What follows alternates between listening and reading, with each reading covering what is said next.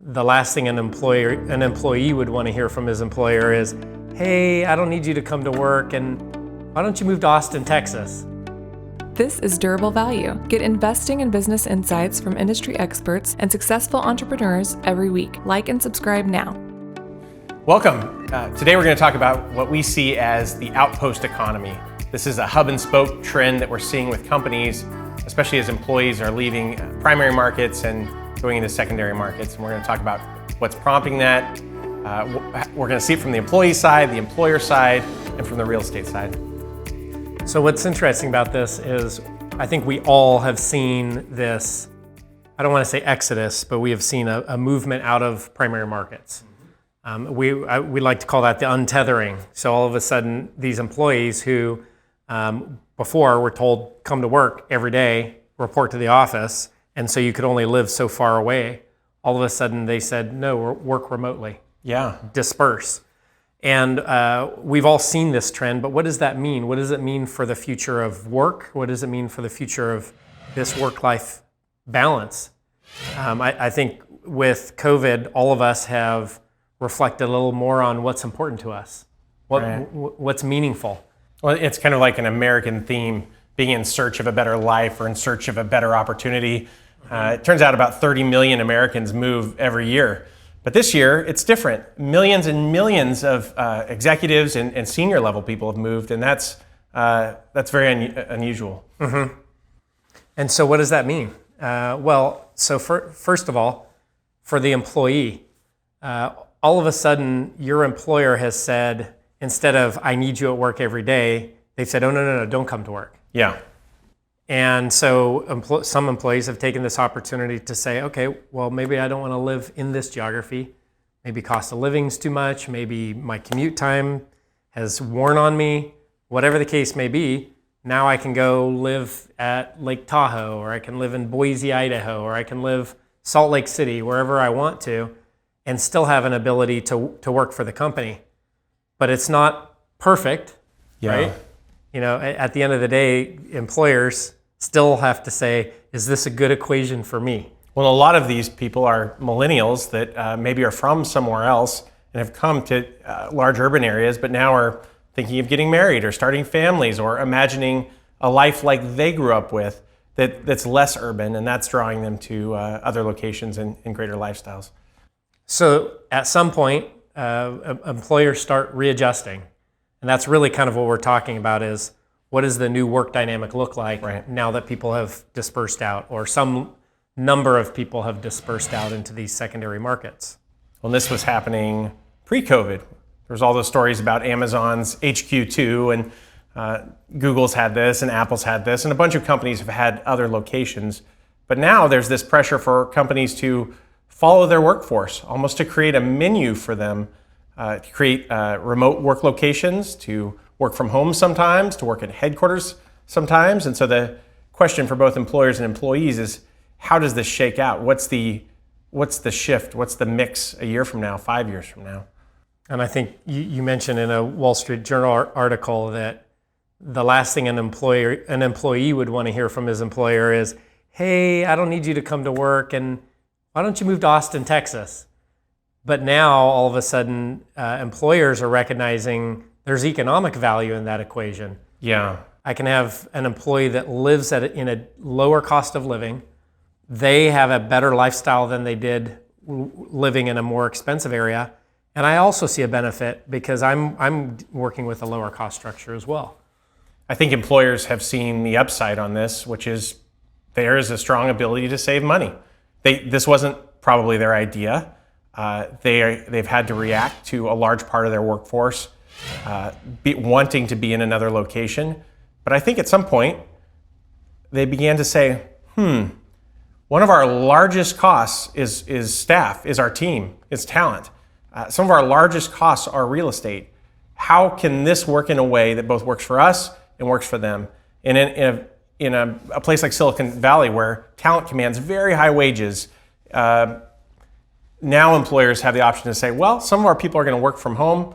Our best talent, they might want to work from an island somewhere, and that works fine for us. Other people, we might have a Nashville headquarters, and we'll be able to draw from a talent pool there. and we'll have a headquarters location. And so it'll be finding the right employees in the right spot so that their cost is a value relative to what they produce. And this is the Outpost economy. This is this idea that instead of one campus, the Apple campus, for instance, instead of one campus, all of a sudden employers are recognizing that I can have a small campus here, I can have a small campus here. And again, this is not a new trend, but what has happened is as employees have dispersed out, it made it all the more compelling to have those small campuses in other locations and disperse the headquarters. So I think this is a win for all parties. This is sort of a both and thing. At the moment, we're seeing disruption. Primary markets have significantly increased sublease space. There's increased vacancy, but I don't think it's permanent. I think that companies develop outpost opportunities, but they're growing. Companies are innovating and growing, and I suspect that their headquarters will continue to grow as well. I know those buildings will be occupied 2, 3, 5 years from now. The interesting part is seeing what happens between now and then. But I think ultimately, the buildings are full, and outpost buildings are full. And in the outpost location, that probably means development. And in the primary market locations, that probably means a 10, 12% reduction in rental rates. But there's an equilibrium there that's being found. Not yet, but it's starting. Absolutely.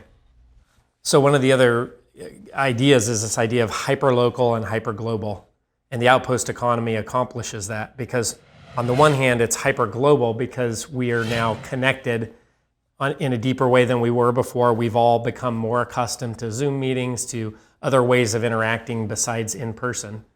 But then it's also hyperlocal in the sense that instead of just these primary markets being the place of choice for people to go to, all of a sudden this untethering opens up Tucson, Arizona, and Twin Falls, Idaho, and all these smaller markets that otherwise would not have been attractants to people who are highly professional or highly skilled because the skill set wasn't available there, and now they can.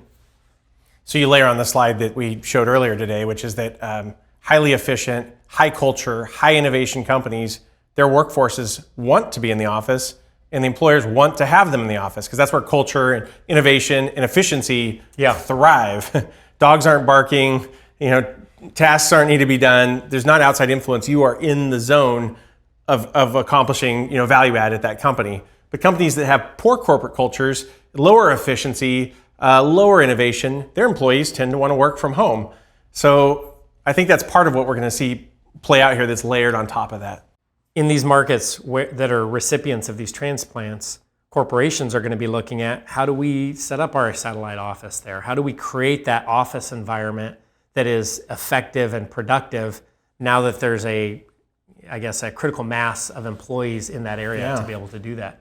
But it gives them more parts. It's almost like a Lego set.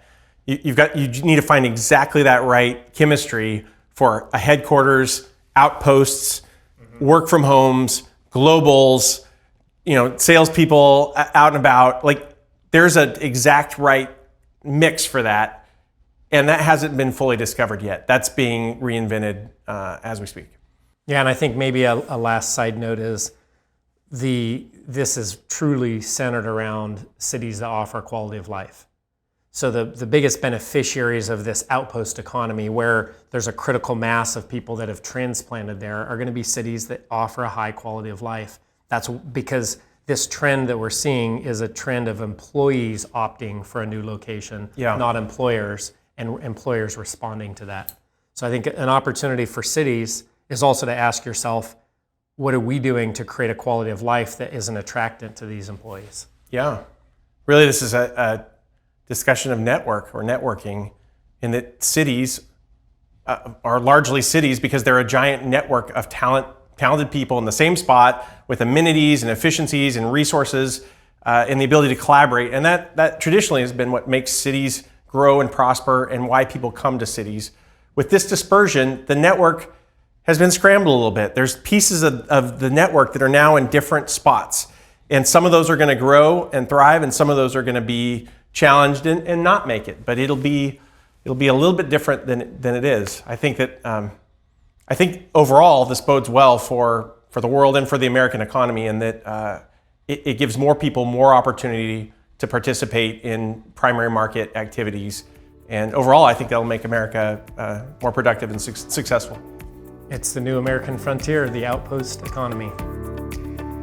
Thank you for listening to Durable Value, an investor's podcast, where we demystify commercial real estate with safe, sound investment strategies to help you balance your portfolio.